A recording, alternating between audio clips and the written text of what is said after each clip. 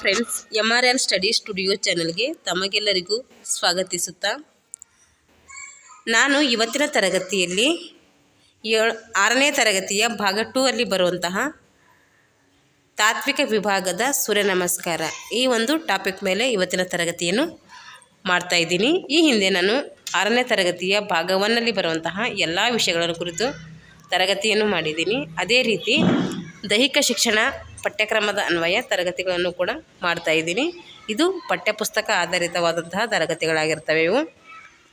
ಅದೇ ರೀತಿ 2003ರಿಂದ ಇಲ್ಲಿ ಗಂಟ ಎಷ್ಟು ದೈಹಿಕ ಶಿಕ್ಷಣ ಶಿಕ್ಷಕರ ನೇಮಕಾತಿ ಆಗಿದೆವೋ ಆ ಎಲ್ಲ ಪ್ರಶ್ನೆ ಪತ್ರಿಕೆಗಳನ್ನು ಕೂಡ ನಾನು ನಮ್ಮ ತರಗತಿಯಲ್ಲಿ ಅಂದರೆ ನಮ್ಮ ಚಾನಲಲ್ಲಿ ನಾನು ಬಿಡಿಸಿದ್ದೀನಿ. ಈ ತರಗತಿಗಳು ಯಾರು HSTR ದೈಹಿಕ ಶಿಕ್ಷಣ ಶಿಕ್ಷಕರಾಗಿ ಕಾರ್ಯನಿರ್ವಹಿಸಲು ಪ್ರಿಪ್ರೇಷನನ್ನು ಮಾಡ್ತಾ ಇದ್ದೀರೋ, ಅದೇ ರೀತಿ ಯಾರು GPSR ಕೂಡ ಓದ್ತಾ ಇದ್ದೀರೋ ಅವರಿಗೂ ಕೂಡ ಈ ಪೇಪರ್ ಹೆಲ್ಪ್ ಆಗುತ್ತೆ. ಏಕೆಂದರೆ GK ಪೇಪರಲ್ಲಿ ಏನು 150 ಮಾರ್ಕ್ಸ್ GK ಪೇಪರ್ ಇರುತ್ತಲ್ಲ, ಅದರಲ್ಲಿ ಏನು ಮಾಡುತ್ತೆ ಈ ಮೌಲ್ಯ ಶಿಕ್ಷಣ, ದೈಹಿಕ ಶಿಕ್ಷಣ, ಆರೋಗ್ಯ ಶಿಕ್ಷಣ ಎಲ್ಲ ಸಬ್ಜೆಕ್ಟ್ಗಳು ಸೇರಿಕೊಂಡು 15 ಮಾರ್ಕ್ಸಿಗೆ ಏನು ಮಾಡ್ತಾರೆ ಅಂದರೆ ಆರೋಗ್ಯ ಶಿಕ್ಷಣ ಮೌಲ್ಯ ಶಿಕ್ಷಣ ಅಂಥೇಳಿ 15 ಮಾರ್ಕ್ಸಿಗೆ ಏನು ಮಾಡ್ತಾರೆ GPSRಲ್ಲಿ ಕೇಳ್ತಾರೆ. ಅದೇ ರೀತಿ ಇದು 6ನೇ ತರಗತಿಯ ವಿದ್ಯಾರ್ಥಿಗಳಿಗೂ ಕೂಡ ಏನಾಗುತ್ತೆ ಹೆಲ್ಪ್ ಆಗುತ್ತೆ ಅಂತ ಹೇಳ್ತಾ ಇವತ್ತಿನ ತರಗತಿಯನ್ನು ಪ್ರಾರಂಭಿಸ್ತಾ ಇದ್ದೀನಿ. ಈ ಒಂದು ಸೂರ್ಯ ನಮಸ್ಕಾರ ಎಂಬ ಅಧ್ಯಾಯದಲ್ಲಿ ನಾವು ಏನೇನು ತಿಳ್ಕೊತೀವಿ ಅಂತಂದರೆ, ಸೂರ್ಯ ನಮಸ್ಕಾರದ ಅರ್ಥ ತಿಳ್ಕೊತೀವಿ, ಅದರ ಪ್ರಯೋಜನಗಳು ಏನೇನು ಅಂತೇಳಿ ತಿಳ್ಕೊತೀವಿ. ಸೂರ್ಯ ನಮಸ್ಕಾರ ಅಂದರೆ ಆಯ್ದ ಯೋಗ ಆಸನಗಳನ್ನು ನಿರ್ದಿಷ್ಟ ಮಾದರಿಯಲ್ಲಿ ಮಾಡುವುದಾಗಿದೆ. ಅಂದರೆ ಕೆಲವೊಂದು ಆಸನಗಳನ್ನು ಸೇರಿಸಿ ಏನು ಮಾಡ್ತೀವಿ ನಾವು ಸೂರ್ಯ ನಮಸ್ಕಾರವನ್ನು ಮಾಡ್ತೀವಿ. ಇದರಿಂದ ದೈಹಿಕ ಕ್ಷಮತೆ, ಮಾನಸಿಕ ಆರೋಗ್ಯ ಮತ್ತು ಒಟ್ಟಾರೆ ಸುಸ್ಥಿತಿಯನ್ನು ಗಳಿಸುವಲ್ಲಿ ಏನು ಮಾಡುತ್ತೆ ಈ ಒಂದು ಸೂರ್ಯ ನಮಸ್ಕಾರ ಪರಿಣಾಮಕಾರಿ ಬೀರುತ್ತೆ. ಹಾಗಾದರೆ ಇದರ ಅರ್ಥ, ಸೂರ್ಯ ನಮಸ್ಕಾರದ ಅರ್ಥ ಏನು ಅಂತೇಳಿ. ಸೂರ್ಯ ನಮಸ್ಕಾರದ ಅರ್ಥ ಏನಂದರೆ, ಭೂಮಂಡಲಕ್ಕೆ ಚೈತನ್ಯ ಶಕ್ತಿಯಾದಂತಹ ಸೂರ್ಯನಿಗೆ ನಮಸ್ಕರಿಸಿ ಉಪಕಾರ ಸ್ಮರಣೆ ಮಾಡುವುದು ಏನಂತೀವಿ ನಾವು ಸೂರ್ಯ ನಮಸ್ಕಾರ ಅಂತೇಳಿ ಕರಿತೀವಿ. ಇಲ್ಲಿ ಮಾನಸಿಕ ಏಕಾಗ್ರತೆ ಮತ್ತು ದೈಹಿಕ ಸದೃಢತೆಗೆ ಏನು ಮಾಡ್ತೈತೆ ಸೂರ್ಯ ನಮಸ್ಕಾರ ಅವಶ್ಯಕವಾಗಿರ್ತೈತೆ. ಇದರ ವ್ಯಾಖ್ಯೆ, ಸೂರ್ಯ ನಮಸ್ಕಾರದ ಕುರಿತು ವ್ಯಾಖ್ಯೆಯನ್ನು ಕೂಡ ಇಲ್ಲಿ ನೀಡಿದ್ದಾರೆ. ಮನಸ್ಸು ಮತ್ತು ಶರೀರವನ್ನು ಜಾಗೃತವಾಗಿಡುವ ಉದ್ದೇಶದಿಂದ ನಮ್ಮ ಭಾರತದ ಋಷಿ ವಾರ್ಯರು ಏನು ಮಾಡ್ತಾರೆ, ಋಷಿ ವಾರ್ಯರು ಮತ್ತು ಯೋಗ ಸಾಧಕರು ಆರಿಸಿಕೊಂಡು ಬಂದಿರುವಂಥ ವಿಶಿಷ್ಟವಂತಹ ಅಂದರೆ ಆಚರಿಸಿಕೊಂಡು ಬಂದಿರುವಂಥ ಒಂದು ವಿಶಿಷ್ಟ ಪೂರ್ಣವಂಥ ಅಭ್ಯಾಸವೇ ಸೂರ್ಯ ನಮಸ್ಕಾರ ಅಂತೇಳಿ ನಾವು ಕರಿತೀವಿ. ಸೂರ್ಯ ನಮಸ್ಕಾರ ಆಸನವನ್ನು ಸಾಮಾನ್ಯವಾಗಿ ಏನು ಮಾಡ್ತೀವಿ ನಾವು ಪ್ರಾತಃ ಕಾಲದ ಪ್ರಶಾಂತವಾದಂಥ ವಾತಾವರಣದಲ್ಲಿ ಮಾಡುವುದು ಸೂಕ್ತ. ಸೂರ್ಯನ ಹೊಂಗಿರಣಗಳಿಂದ ಶರೀರದ ಜಡತ್ವವು ದೂರವಾಗಿ ದೇಹಕ್ಕೆ ನವಚೈತನ್ಯ ಕೊಡುವಂತೆ ಸೂರ್ಯನಿಗೆ ಪ್ರಾರ್ಥಿಸಿ ಅಭ್ಯಾಸ ಮಾಡಬೇಕು.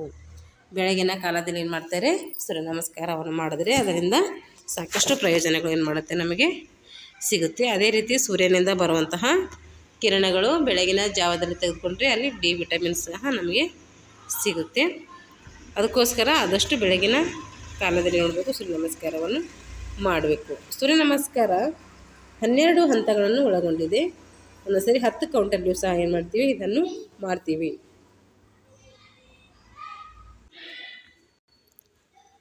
ವಿವಿಧ ಆಸನಗಳನ್ನು ಹೊಂದಿದ್ದು ಉಸಿರಾಟದ ಹೊಂದಾಣಿಕೆಯಾಗುವಂತೆ ದೇಹವನ್ನು ಹಿಂದಕ್ಕೆ ಮುಂದಕ್ಕೆ ಬಗ್ಗಿಸುತ್ತಾ ನಿಧಾನವಾಗಿ ಉಸಿರಾಟದ ರೇಚಕ ಮತ್ತು ಪೂರಕಗಳೊಂದಿಗೆ ಏನು ಮಾಡಬೇಕು ಅಭ್ಯಾಸ ಮಾಡಬೇಕು. ಹಾಗಾದರೆ ರೇಚಕ ಅಂದ್ರೇನು, ಪೂರಕ ಅಂದ್ರೇನು ಅಂದರೆ ಉಸಿರನ್ನು ಒಳಗೆ ತೆಗೆದುಕೊಳ್ಳುವುದು ಪೂರಕವಾದರೆ ಉಸಿರನ್ನು ಹೊರಗೆ ಬಿಡುವುದು ರೇಚಕವಾಗಿರುತ್ತೆ.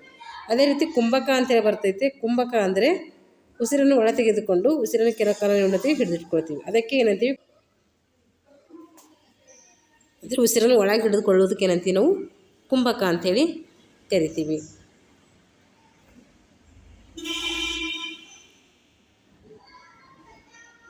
ಪೂರಕ ರೇಚಕಗಳೊಂದಿಗೆ ಅಭ್ಯಾಸ ಮಾಡಬೇಕು. ಪೂರಕ ಎಂದರೆ ಉಸಿರನ್ನು ಒಳ ತೆಗೆದುಕೊಳ್ಳುವುದು, ರೇಚಕ ಅಂದರೆ ಉಸಿರನ್ನು ಹೊರಬಿಡುವುದು, ಕುಂಭಕ ಎಂದರೆ ಒಳಗೆ ತೆಗೆದುಕೊಂಡಂಥ ಉಸಿರನ್ನು ಕೆಲ ಕಾಲ ಏನು ಮಾಡ್ತೀವಿ ಹಿಡಿದಿಟ್ಕೊಳ್ತೀವಿ. ಹೀಗೆ ಪೂರಕ, ರೇಚಕ, ಕುಂಭಕ ಈ ಒಂದೊಂದು ಮಾರ್ಕ್ಸಿಗೆ ಕೇಳ್ತಾರೆ, ನೆನ್ಪಿಟ್ಕೊಳ್ಬೇಕು.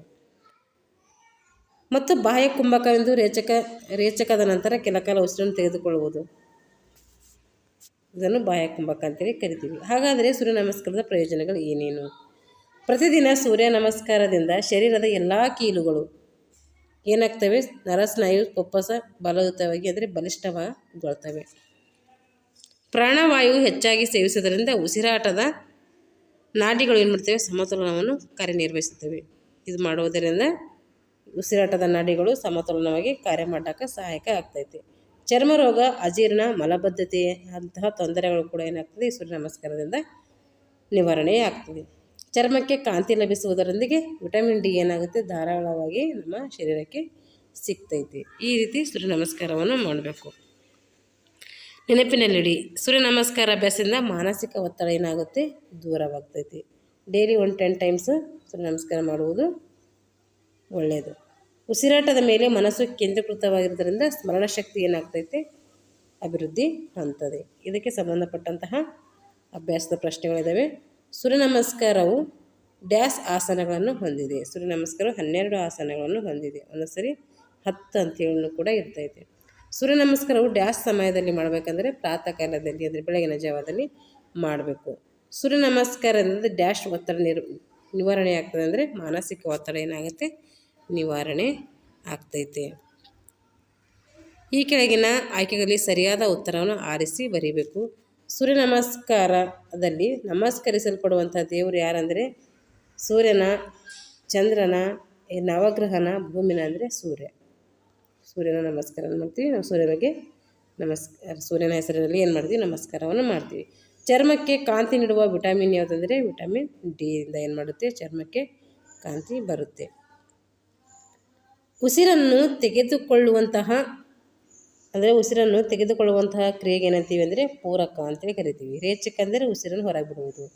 ಕುಂಭಕ ಅಂದರೆ ಉಸಿರನ್ನು ತಡೆ ಹಿಡಿಯುವುದು.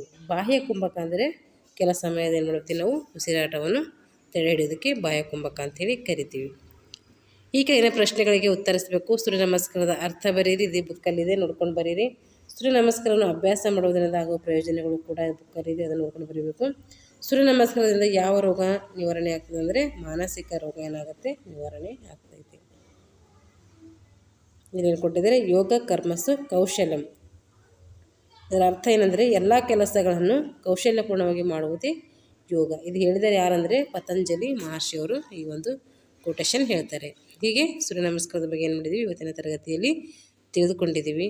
ಇದು ಥಿಯರಿ ಇದೆ, ಇದು ಪ್ರಾಕ್ಟಿಕಲ್ ಏನಿದೆ ಅಂದರೆ ಈ ಮುಂದಿನ ಒಂದು ಹಂತದಲ್ಲಿ ಕೊಟ್ಟಿದ್ದಾರೆ. ಅದ್ರ ಬಗ್ಗೆ ಮುಂದಿನ ತರಗತಿಯಲ್ಲಿ ತೆಗೆದುಕೊಳ್ಳೋಣ ಅಂತ ಹೇಳ್ತಾ ಇಲ್ಲಿಗೆ ಈ ತರಗತಿಯನ್ನು ಮುಗಿಸ್ತಾ ಇದ್ದೀನಿ. ಯಾರೆಲ್ಲ ನಮ್ಮ ಚಾನಲ್ ಸಬ್ಸ್ಕ್ರೈಬ್ ಮಾಡ್ಕೊಂಡಿಲ್ವೋ ದಯವಿಟ್ಟು ನಮ್ಮ ಚಾನಲನ್ನು ಸಬ್ಸ್ಕ್ರೈಬ್ ಮಾಡಿಕೊಂಡು ವಿಡಿಯೋಗಳನ್ನು ವೀಕ್ಷಿಸಿ ಅಂತ ಹೇಳ್ತಾ ಇಲ್ಲಿಗೆ ಈ ತರಗತಿಯನ್ನು ಮುಗಿಸ್ತಾ ಇದ್ದೀನಿ. Thanks for watching all.